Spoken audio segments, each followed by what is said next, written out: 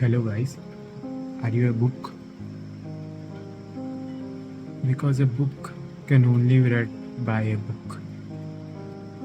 देख पा रहे हैं कि किस तरह इस मई के महीने में लगभग इंडिया के हर जगह पे वेदर चेंज हुआ है। कहीं पे बारिश, कहीं पे थंडरस्टॉर्म्स, यूपी में भी आपने देखा है। और कई जगहों पे अभी 45 डिग्री 48 डिग्री भी है टेम्परेचर। जैसे कि जान पा रहे हैं कि धीरे धीरे ट्रांजिशन हो रहा है कि अर्थ का जो ग्लोबल टेम्परेचर है वो धीरे धीरे राइज कर रहा है। एक अर्थ को 4 डिग्रीज 8 डिग्रीज तक भी बढ़ जाए तब भी उसे कोई फ़र्क नहीं पड़ता, लेकिन हमारे लिए 1 डिग्री भी अगर चेंज हो जाना वो हमारे लिए बहुत ही ज़्यादा प्रॉब्लमेटिक है। इसको इस हिसाब से समझिए ना कि हम बहुत ही माइन्यूट हैं इस एग्जिस्टेंस के लिए। ये कॉस्मिक वर्ल्ड में हम बहुत ही माइन्यूट हैं। और मेरा जो पहला क्वेश्चन था वो क्यों ऐसा था, उसका रीज़न ये है कि जो बुक है वो बुक में जैसे कि फ्रेजेस हैं, कंटेंट्स हैं, उसमें रेफरेंसेस हैं, वैसा ही एक इंसान होता है। एक इंसान वाकई में वो खुद तो होता नहीं है, उसको अपना एनवायरनमेंट, उसको अपना सराउंडिंग, उसको अपने पेरेंटिंग, ये सब चीज़ों का मिला जुला खेल होता है। और जैसे कि आप 100 सालों में देख रहे हैं, 200-150 साल में, कि जो भी अभी ग्लोबल वार्मिंग का कॉज है वो हम इंसान ही हैं। तो मैं ये क्यों कह रहा हूँ कि a book can only be read by book, क्योंकि मैं आपको समझाना भी एक बुक से ही चाहता हूँ। चीज़ ये है ना कि जैसे कि एक बुक है, पब्लिश्ड होता है, उसका ऑथर है वो। जैसे कि अगर क्लाइमेट चेंज के साथ हम रिलेट करें कि हमारा एग्जिस्टेंस कब ख़त्म हो जाता है, जैसे कि एक बुक को कुछ सिचुएशंस के बाद, कुछ टाइम के बाद वो नेचुरली डिटेरियोरेट कर जाएगा, राइट? या फिर वो नेचुरल टर्माइट्स या फिर कोई आग जला दे या कुछ जला दे, ऐसे कई सारे रीज़न से एक बुक का डिमोलिश होना पक्का है। जो नॉलेज, जो विजडम, जो इसे डिलीवर करना है, वो इस अर्थ के लिए कोई फ़र्क नहीं मायने पड़ता, वो हमारे लिए है और एक दिन वो ख़त्म हो जाता है। तो इसी सेंस में हमारा जो एग्जिस्टेंस है वो वायरस से ख़त्म हो जाता है, डिसऑर्डर से ख़त्म होता है, इवेंचुअली डेथ भी आता है, हम भी इवेंचुअली ख़त्म ही हो जाते हैं अलग अलग तरीके से।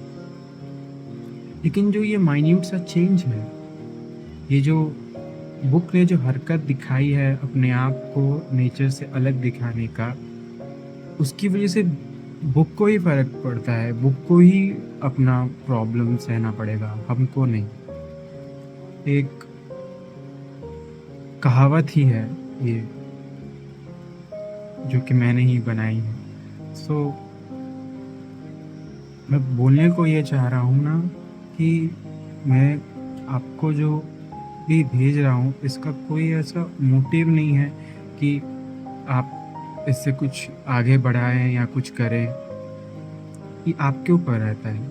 इसका सबसे नॉर्मल सा है ना कि मुझको भी वही समझ पाएगा जो कि खुद को जानता है, जो कि खुद को समझता है। क्योंकि आप सब जान जाओगे, सब कर जाओगे, लेकिन जो ट्रुथ होता है वो आप नहीं जान पाओगे। और मेरा बस यही कहना है कि जो भी ग्लोबल वार्मिंग हो रही है, जो भी सिचुएशंस आ रही है इन फ्यूचर्स में, जैसे कि मान के चले कि इन फ्यूचर में सबसे ज़्यादा कौन बचेगा अगर सर्वाइबिलिटी के बारे में बात करें तो क्लाइमेट चेंज से रूरल पॉपुलेशंस तो नहीं बच पाएंगे, थोड़े रिच वाले अपने हिसाब से मैनिपुलेट कर पाएंगे रिसोर्सेज को, वो पहले स्टेज में। दूसरे स्टेज में ऐसे होगा ना, क्योंकि एक सिटी को या फिर एक शहर को बहुत ही ज़्यादा हैवीली डिपेंडेंट रहना पड़ता है इंपोर्ट से। तो जब ग्लोबली ही सब कुछ शट डाउन हो जाएगा, तो साइंस का जो अभी है कि सिटीज़ भी है वो भी लास्ट नहीं कर पाएंगी, लेकिन वहाँ पे रूरल एरिया बहुत हद तक डेवलप्ड रहती हैं इन सेंस में कि वो सस्टेनेबल है। सो इसकी वजह से वो थोड़ा सेकेंड स्टेज के आसपास आते आते वो थोड़ा बच जाएंगे, लेकिन इवेंचुअली वही बचेंगे जो कि कम्प्लीटली इससे अलग है, जैसे कि indigenous tribal peoples. Indigenous tribal peoples वो जैसे कि बैरन आइलैंड में रहते हैं, नॉर्थ सेंटिनल आइलैंड में रहते हैं, तो वो सब शायद बच पाएंगे। मैं कहने को ये बोल रहा हूँ कि वो नहीं भी बचेंगे या नहीं भी करेंगे, तब भी हमारा एग्जिस्टेंस को प्रॉब्लम है। मैं, आप सब, हम सब एक अर्बन एरिया या फिर रूरल एरिया में रह रहे हैं, और इन फ्यूचर में हम सब के पास इतना पावर नहीं रहेगा कि हम अफोर्ड कर सकें कि हम एयर कंडीशनर खरीदें, सेंट्रली सब कुछ बनाएं। सब कोई तो अफोर्ड नहीं कर पाएंगे, बहुत ही सारे रह जाएंगे, तो वो सभी सेक्रीफाइस करेंगे, उनको पता भी नहीं चलेगा कि इसका रीज़न क्या था।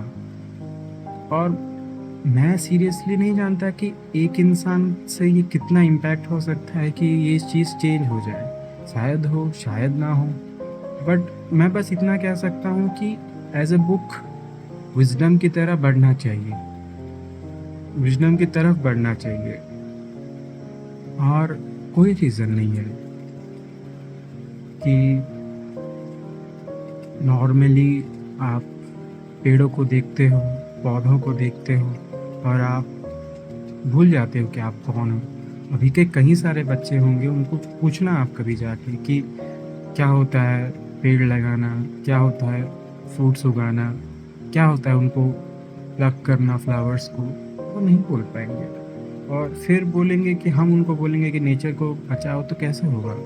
बहुत ही सारी चीज़ें हैं जो कि कभी दिखाई ही नहीं देती, जैसे कि बहुत ही सारे वुमेन्स हैं जो कि आज तक कभी स्लॉटर हाउस को गए नहीं हैं, वो देखे ही नहीं कैसे मुर्गा कटता है, कैसे बकरी कटती है। और जो देखते हैं फिर देखने के बाद अगर खाते हैं तो एक तरह का सही है, लेकिन जो चीज़ पूरी तरह से छुपाई गई है वो आप कैसे जस्टिफाई करोगे? अब छुपाए क्यों उसको? क्योंकि उसमें बहुत वायलेंस है, ये है वो वायलेंस है, फिर टेस्टी पीसफुली आप खा भी रहे हो, उसका कोई दिक्कत नहीं है ना। तो हम हम क्या कर सकते हैं?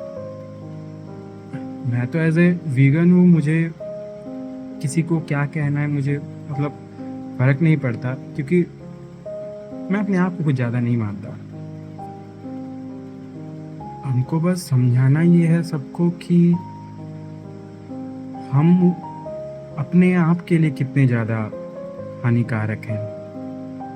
आप करेला कभी नहीं खाओगे जबकि आपके सेहत के लिए अच्छा है। ये आपकी गलती नहीं है, क्योंकि आपका टंग ही उस तरह से इवॉल्व हुआ है कि पहले के टाइम पे, प्री हिस्टोरिक टाइम पे पॉइजन बिटरनेस के साथ रिलेटेड रहता था, तो इसी की वजह से ये बन गया है। तो आप समझो ना, इवोल्यूशन को समझो, ये वर्ल्ड को समझो, ये दुनिया को समझो, फिर आप जान पाओगे कि वाकई में चल क्या है। So keep having absolute innocency and have a great curiosity, guys. Thank you.